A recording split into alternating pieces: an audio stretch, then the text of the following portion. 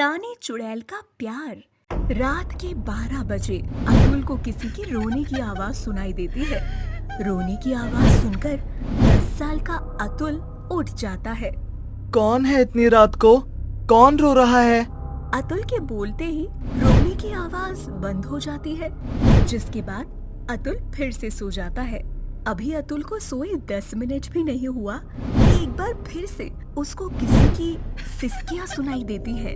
अपने कमरे से बाहर आती सिसकियों की आवाज सुनकर अतुल को नींद नहीं आती और अब वो डरने लगता है। कौन है जो इस तरह से इतनी रात को रो रहा है? मैं एक काम करता हूँ, मैं आज माँ पापा के पास जाकर सो जाता हूँ। इतना बोलकर अतुल अपने कमरे से बाहर जाता है। वो अपनी स्वर्गवासी नानी के कमरे से होते हुए अपनी माँ के पास जा रहा होता है। तभी वो देखता है कि उसकी नानी का कमरा खुला है और उसकी नानी की कुर्सी अपने आप हिल रही है।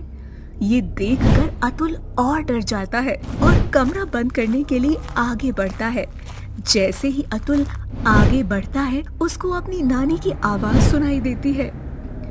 मेरा बच्चा आ गया अपनी नानी से मिलने। मैं कब से तेरा इंतजार कर रही थी मेरे अतुल। अपनी नानी की आवाज सुनकर अतुल कमरे में जाता है, जहाँ वो देखता है कि उसकी नानी एक मिठाई के डब्बे को अतुल के लिए पैक कर रही होती है। अपनी नानी को देखकर अतुल खुश होता है और अपनी नानी से बोलता है, नानी, आप आ गई मुझसे मिलने। आपको पता है, मैं कब से आपसे मिलना चाहता था, पर पापा हमेशा बोलते थे कि उनके पास टाइम ही नहीं है कि वो मुझे आपसे मिलवाने के लिए गांव ला सके। और जब मैं आपसे मिलने गांव आया तो सब बोल रहे थे कि आप मर चुकी हैं। अरे मेरे बच्चे, तुझ में तो तेरी नानी की जान बसती है, जान। बिना तुझसे मिले और तुझे प्यार किए मैं इस दुनिया से कैसे मुक्ति पा सकती हूँ। सच नानी? हाँ मेरे बच्चे। तो फिर आज आप मुझे अपने पास सुलाओ ना नानी। जिसके बाद अतुल अपनी नानी के साथ अपनी नानी के कमरे में ही सो जाता है। अगली सुबह अतुल की माँ उसे पूरे घर में ढूंढती है और वो देखती है कि अतुल अपनी नानी के कमरे में सोया हुआ है। बीना अतुल को उठाती है और बोलती है, बेटा सुबह हो गई है, जल्दी से फ्रेश हो जाओ। तुम्हें नानी का गाँव घूमना था ना? सच? नानी, आपने सुना, आज हम गांव घूमने चल रहे हैं। नानी, आप भी जल्दी से तैयार हो जाओ। अतुल को अकेले किसी और से बात करता देख बीना बहुत हैरान होती है और अतुल से बोलती है, बेटा तुम किससे बात कर रहे हो? माँ, मैं नानी से बात कर रहा हूँ। अच्छा माँ, मैं तैयार होकर आता हूँ। नानी, आप भी जल्दी तैयार हो जाओ। इतना बोलकर अतुल तैयार होने के लिए चला जाता है। बीना ये सब देखकर बहुत हैरान होती है और जल्दी से अपने पति विवेक के पास जाकर उससे बोलती है, सुनो, आज मैंने देखा अतुल अकेले अपनी नानी के कमरे में सो रहा था और किसी से बात भी कर रहा था। जब मैंने उससे पूछा कि वो किससे बात कर रहा है तो वो बोला कि वो नानी से बात कर रहा है। विवेक, मेरी माँ उसे दिख रही है। विवेक, मुझे कुछ ठीक नहीं लग रहा। क्या बीना, तुम बेकार ही टेंशन लेती रहती हो। तुम तो जानती हो ना कि तुम्हारी माँ और अतुल एक दूसरे से कितना प्यार करते थे। अतुल अभी अपनी नानी के सदमे से बाहर नहीं आया है, इसलिए ऐसा बोल रहा है। वो सदमे से बाहर निकले इसलिए तो मैं उसे आज गांव घुमाने के लिए ले जा रहा हूँ। शायद आप सही बोल रहे हो।